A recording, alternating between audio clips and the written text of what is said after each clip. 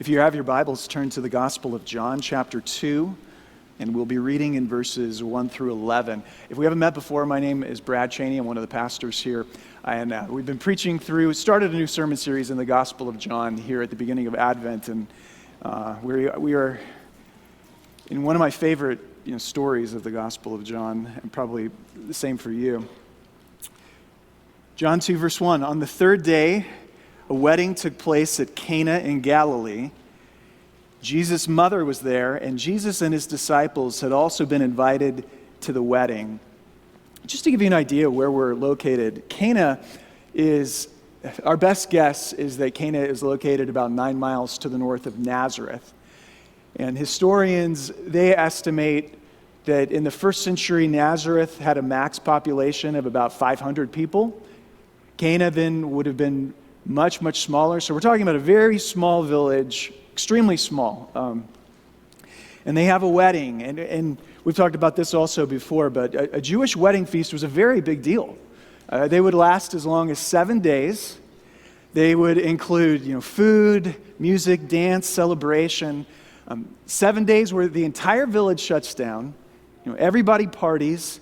And when you think about it, there's really nothing in our culture that begins to even approximate that type of cultural experience. Imagine what that would do to the social cohesion of a community. 160 hours of food and wine and festivity. And you're not having to worry about going back to work the next day. Really, it's an unparalleled kind of way of doing life, isn't it? Every culture, every society enculturates its values, which translates into kind of a liturgy of life, right? And, we've liturgized certain things in American culture, and they liturgize some things that are very different in their culture. Yeah, and so it just struck me as what would that do to a community if you had multiple 7-day feasts throughout the year? But a tragedy has occurred here. Verse 3. The wine is gone. When the wine was gone, Jesus' mother said to him, "They have no more wine." Jesus replied, "Dear woman," is that what it says? "Dear woman, why do you involve me? My time has not yet come." Now, I'm reading from the old NIV. That's a mistranslation, actually, because it's not dear woman. The word there in Greek is simply woman. Woman. The literal reading of it is what to you is to me, or what is this to me? What do I have to do? What does this have to do with me?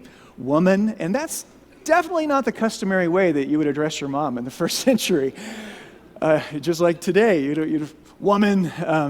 It wasn't considered to be rude, but it was certainly distancing. And so what's going on here, Jesus is distancing himself from Mary. Their relationship is about to profoundly change. We know that at this point in his life, Joseph, husband and father, has died. He's no longer around. And so undoubtedly, Mary had learned to rely upon the eldest son of the family to take care of things. She would come to him with needs just like this. Jesus, do this, help with this, please help with this. But that whole mother-son relationship is completely changing at this point as he engages as he heads out into the stage of ministry. And therefore, it's no longer mom-son, it's Lord, disciple. Woman, what does this have to do with me? My hour has not yet come. He says that in the end of verse 4. My hour has not yet come. Now, thus, at this point in the Gospel of John, we have yet to hear anything about Jesus' hour.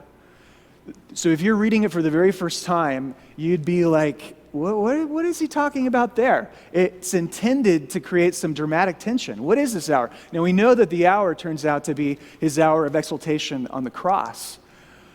And so what Jesus is saying enigmatically in verse 4 is, Mary, what you don't realize is that by asking me to fix this situation, you're inadvertently setting to course, all of the events that are ultimately going to lead to that hour. You're putting the motions and the gears in place for my hour. on the cross. Now, if Mary knew that she was doing that by asking him to fix the situation, she probably wouldn't have asked him at all. But verse 5, it's an interesting interplay between Mary and Jesus, because she doesn't interpret this enigmatic response of his to be a denial of the request. Instead, she says, his mother said to the servants, do whatever he tells you. Like, see that guy over there, do whatever he tells you to do. Nearby stood 6 stone water jars, the kind used by the Jews for ceremonial washing, each holding from 20 to 30 gallons. Jesus said to the servants, fill the jars with water. So they filled them to the brim. And then he told them, now draw some out and take it to the master of the banquet. They did so. And the master of the banquet tasted the water that had been turned into wine. Shock. And he did not realize where it had come from, though the servants who had drawn the water knew.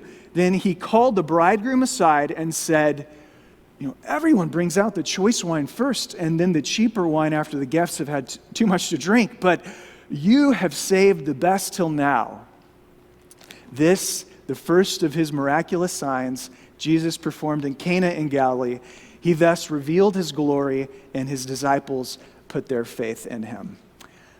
This is the word of the Lord. Thanks be to God.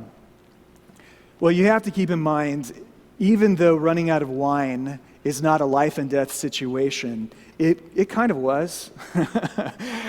It kind of was. Wine, in their day, wine is what made a feast a feast. And wine is what made a wedding a wedding. It turns out that the groom and the groom's family were the ones that were responsible for providing for the wine over that 7 days, the food and the wine. And just a curiosity of history, it turns out that there's some evidence that a husband or a groom could be sued by the father-in-law if he failed to provide adequately for that wedding feast. And the reason being that if you can't provide wine for 7 days, then you must have misled us about your ability to take care of our daughter. And so, you could be sued for running out of wine. At a minimum, at this moment in John's gospel, at a minimum is a moment of great embarrassment. And Jesus is rescuing this couple from public shame on their wedding day. But he is doing something much more than that, isn't he? He's giving us a sign. That's what John says, verse 11. We talked about it in the first sermon as we started out in the Gospel of John, that the first half of this gospel is referred to as the book of signs. There are 7 miraculous actions that Jesus does, which are not raw, naked displays of power, hocus pocus to show that I'm divine, but they are signs. They are pointing something out about Jesus and what Jesus, who he is and what he does. And this is the first sign. He's not feeding the poor. He's not healing the sick. He's keeping a party going. He's keeping a party going. Now, what does that tell us about him? Have you ever been to one of the local wineries in town, walked in and you saw the barrels that they use to age the wine for it to fermentation process? You know what I'm talking about? So those barrels, does anybody have an idea of how much wine those hold in them? It's 60 gallons. Well, what did Jesus do here? He just created 3 barrels. 100 and up to 180 gallons of wine. I mean, you think about it. If I were, any idea how many bottles that is? It's 3 barrels. It's 180 gallons. It's 900 bottles. I mean, if we were to take just 2 bottles of high-end wine and I were to, pour them into a decanter up here on the pulpit and imagine doing that 450 more times. 900 bottles of wine was more than the town of Cana, the village of Cana, could drink in an entire year. 900 bottles of wine was more than the entire village of Cana was worth. 900 bottles of wine, if we conservatively estimate it at $30 a bottle, is $27,000. It's just like, it's a wow moment. And if we had 900 bottles of wine open at the front of this gymnasium, imagine what that would mean. The smell of it all. It would smell unbelievable. It would look so inviting. It would be. So the servants know where this wine came from. They draw it out. They take it to the master of the banquet. The master of the banquet was basically the hired MC of the party. If you're throwing a really big party and you need somebody there who's going to keep things going, keep it alive. Let's do this and let's eat this and all of that. That's the master of the banquet. Well, the master of the banquet takes this stuff and he turns to the groom, notice that, turns to the groom and says, dude, you crushed it.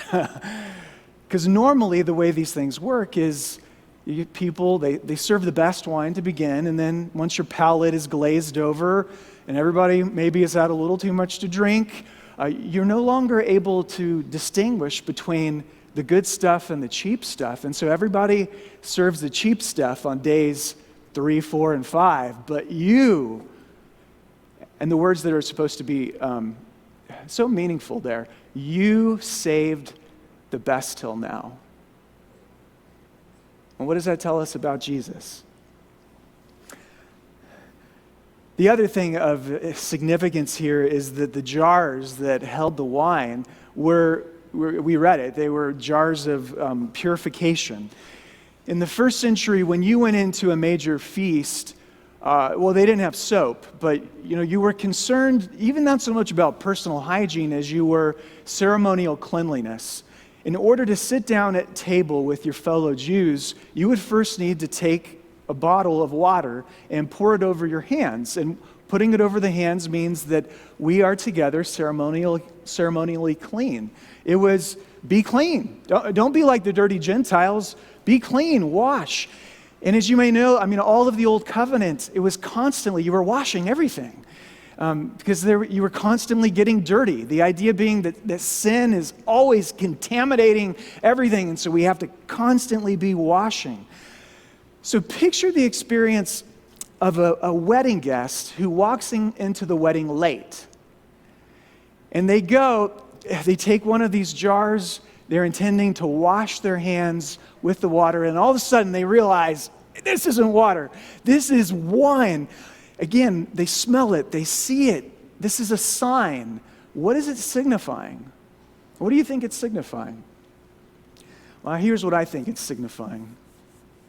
Moses brought water from a rock. Remember that? Moses brought water from a stone. Jesus brings wine from a stone. Jesus brings wine, the best wine. The days of ceremonial laws, they are over. The new wine is better than old ceremonial purifications, and the quality of the wine and the abundance of the wine. It's like, I'm not going to give you an inexpensive wine. Oh no, I'm going to set up this couple with greatest wedding present ever, and I'm going to make more wine this entire village can drink. And I'm going to make it the best stuff you've ever tasted before because I'm here. I'm the Lord of the feast. I'm the bringer of festival joy. I'm the fulfiller of all that the prophets have written. Yeah, so that's what I think, that's kind of all of what's going on here. If I can, unpack that a little bit more.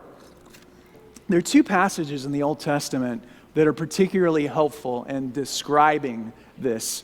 The first is found, if you're taking notes, Genesis 49. In Genesis 49, Jacob, the forefather of Israel, he is blessing his 12 sons, the 12 tribes, and he comes to the son Judah and prophesies that from Judah will come a great king, a messianic king. And here's what he says in Genesis 49, verse 11.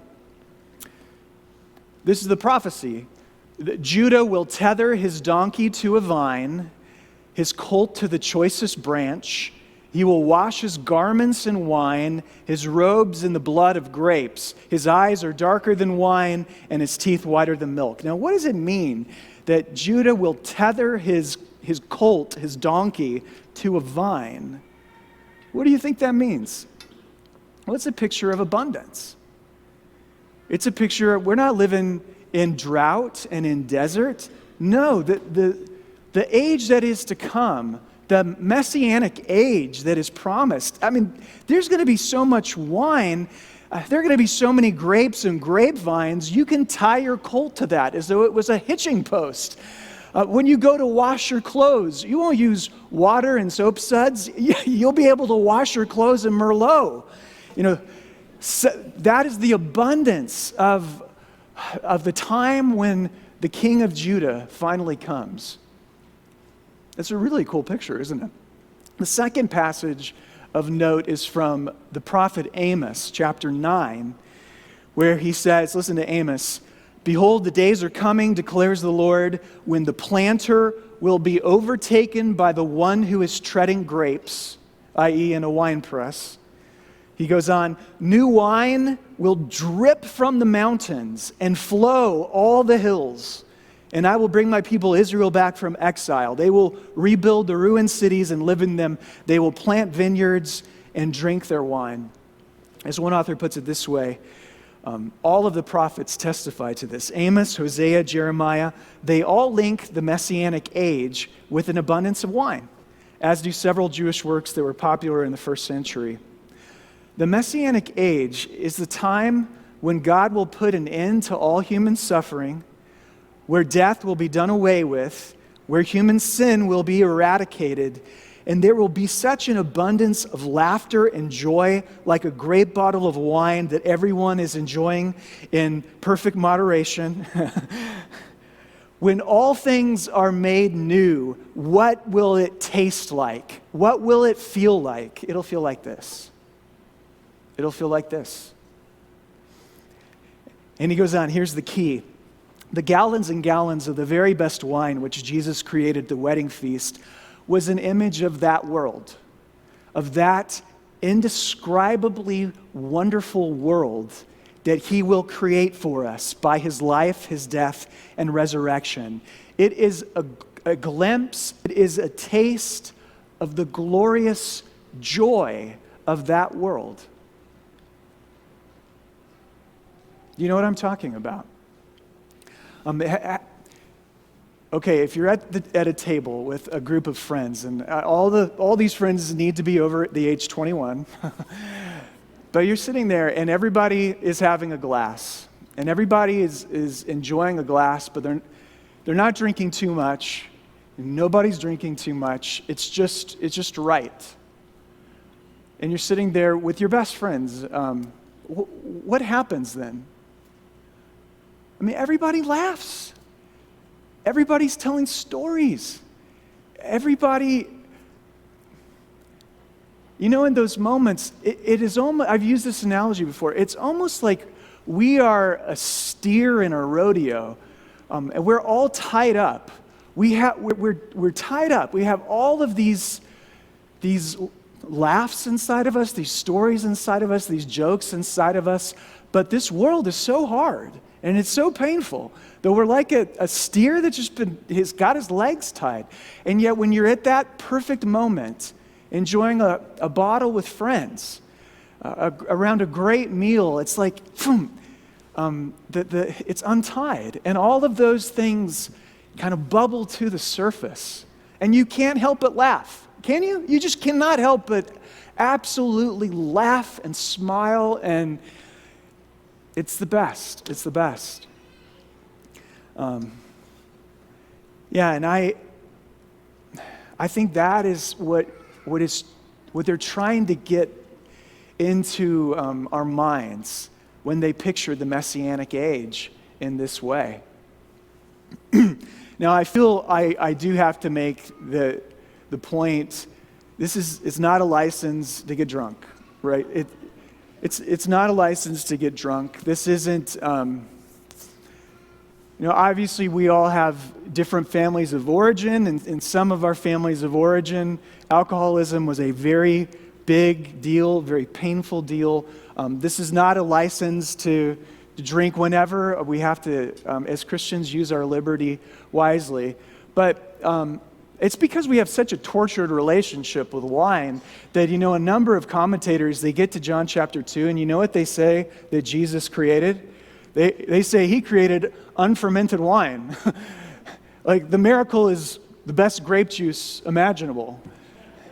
It's because they can't imagine that Jesus would make top shelf stuff in a world, in a place where people may already have had too much to drink. And so we get these tortured interpretations of the passage. And frankly, it's just hogwash. That's not what it's saying. Yes, it's not a license to get drunk. It's not a license for some of us. We should never touch it for the rest of our lives because of our history or our family of origin. But it is a picture of the Messianic age. It's one image of that. And I know that some of you, maybe it's not an image that really resonates with you because you don't like wine. Some of you drink wine and it makes you sick, or it makes you tired, or you just don't drink at all. And so for you, let me ask you this question. What are those moments that you have had where you glimpse the age to come? Where that future world, you taste it in the present? What are those moments for you where the 180 gallons were sipped and enjoyed? Maybe it was a backpacking trip into the Sawtooths with some of your friends, and you unrolled your sleeping bag on the ground and you stared into the brightest night sky you'd ever seen, and you ended up having the most honest and revealing conversation that you've ever had in your entire life. Maybe it was falling head over heels, madly in love with the girl of your life, and you go out to a concert that evening, and the music of that concert was just utterly and completely enchanting. Maybe it was a moment in Christian worship when your voices were united with the voices of thousands of other Christians, and it felt like you were just snatched up into the third heaven, into the presence of Jesus. Maybe it was around the Lord's table, but what were those moments where you have tasted the new wine? Whatever that moment was, I'd highly recommend that you share that, you tell that moment to another person. You share that moment with them, because that is the world we are headed to. We must wait for that world. Of course we must wait for that world, but that is the world the Lord is bringing to us when he comes again. And he says later in this gospel, that I will go to prepare a place for you so that where I am, you will be with me. I go to prepare that world for you. And it makes all the difference in this life if you know that that is the world you're headed to. It makes all the difference in the world to know that that is the world you're headed to. And we must learn how to draw on our knowledge of that future in order to deal with our present pains and trials today. Maybe you've heard the story of Florence Chadwick before. She was the first woman to swim the English Channel. And in 1952, she decided she wanted to be the first woman to swim from Catalina Island to the coast of Southern California. No woman had ever done that before in 52.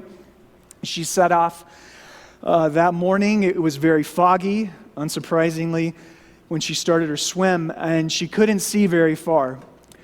Well, after she had swum for a mere 15 hours in the water, she looked up to her mother, who was in a boat beside her, and she said, "Mama, I can't make it. I can't go any further." And her mother turned to her and encouraged her to keep going. She swam another 55 minutes, and she gave up and got into the boat. Then, mere seconds later, she realized that she was a half a mile from the coast of California. And when later she was asked why she quit, Chadwick said, "It was because I couldn't see anything. Like, if I could have just seen the coastline, I know that I would have made it. And it makes all the difference in the world to be able to see that future. Isn't that what Jesus is in part, showing us here? Now, I had heard that story of Chadwick. It's actually, maybe you've heard it because it's a common preacher sermon illustration. But what I didn't know is there's a second part to the story. So about 2 months later, she got back into the water to try again, to swim from Catalina Island to California. And as you can guess, this time she made it. And she made it in, with that 26 miles, she made it in a world record time for that distance. She broke the women's world record, and she broke the men's world record. And she broke the women's world record by 2.5 hours. And yet when she got in the water, it was even foggier the second time than the first. She could not see anything. And when reporters asked her afterwards about the experience, she said, quote, "I was ready this time, and it's real simple.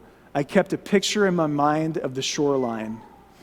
Even though I couldn't see it with my eyes, it was ever before me. I never lost sight of the California shoreline, and so I felt like I was always closing in on it." So we could call this the 180-gallon challenge. Take the 180-gallon challenge. A lot of people, so many people think Christianity is stay out of trouble, keep your nose clean, just say no, suck it up. If you want to be saved from hell, it's a tough job, but that's the way that's the way to do it. And I hope you realize if that's your vision of Christianity, Jesus is throwing down the gauntlet at you in this passage. I mean, it is the 180-gallon challenge. And we could even interpret this passage allegorically, because some of us, we're being honest, we came here today and we are out of wine. We are out of energy, we are out of joy, we are allegorically, we are out, we are exhausted. Like if you don't like your life, if you're sick of your life, there's good news because he's offering you a new one. If you're out, that's the point. If you are out, I have the good stuff. And this isn't white Zinfandel that he's offering. He says if you're out, if you are completely out, if you are on the edge of shame, then this is Christianity. This is the real thing. He's the bringer of new wine. Let me conclude with a simple question. And I went to a wedding on Friday. Those of you who know the Bogans, a longtime family in our church, wonderful family. Dustin got married on Friday. And yeah, we were there for the wedding. I'll ask you the question. What is the one thing everybody who goes to a wedding thinks about when they're there? What's the one thing you think about when you go to a wedding? Everybody thinks about when they go to a wedding. We think about our own wedding, don't we? Either the wedding that we've had in the past or the wedding that we are hoping will come one day. Invariably, every guest at a wedding is compelled to think of that as they're watching the bride and groom go through theirs. And I know that I'm speculating here, but I think it's a fairly safe bet that Jesus was indeed thinking about his wedding at this wedding. In Matthew chapter 9, Jesus is arguing with some teachers of the law who are criticizing his disciples and suggesting that they're not pious enough because they don't fast like all the other, super pious Jews. They're always eating and drinking. And they say, well, why don't your disciples fast? And Jesus replied, you may remember it, why should the friends of the bridegroom fast when the bridegroom is still with them? It's one of those places that you're reading through quickly and you just go right past it. You should be shocked when he says that because he's calling himself the bridegroom of Israel. I'm the groom. And yes, Jesus absolutely has a wedding day. And yes, the Bible is absolutely a wedding book. starts with a wedding in Genesis 2. It ends with a wedding in Revelation 19. Jesus Christ is going to have a wedding day. That is how history ends according to the Bible. And on that day, all of us who love him, all of us who have only seen the groom in this life by faith, on that day we will see him by sight. And we will fall into his arms. We will fall into his arms, as it were. The long-awaited union will occur, and it will be the feast to end all feasts, and it will go on forever, and there will be plenty of wine in it. There will be so much. It'll be the joy that ends all joys, and it will go on forever. That's the future. And you think, the last point, or last idea, John is writing to largely a group of people who are not Jews. They are Gentiles. When they thought of wine, what came to mind for them? Well, I mean, you have the Roman god Bacchus, right? And then the Greek god Dionysius. You think of, the myths and the stories of the wild Dionysian parties in the forest where there are wood nymphs and wine running everywhere, but there's, wild debauchery and orgies, and it's all crazy, and it's kind of sick. In this whole story, Jesus is saying, you know what, that's the devil's caricature. That's the parody. That's kids' play, child's play compared to what I'm about to bring. I'm about to bring a true wedding feast. But first his hour must come. First the blood must flow. The wine, the blood must flow down from the cross to wash his bride and get her ready for her wedding day. Amen.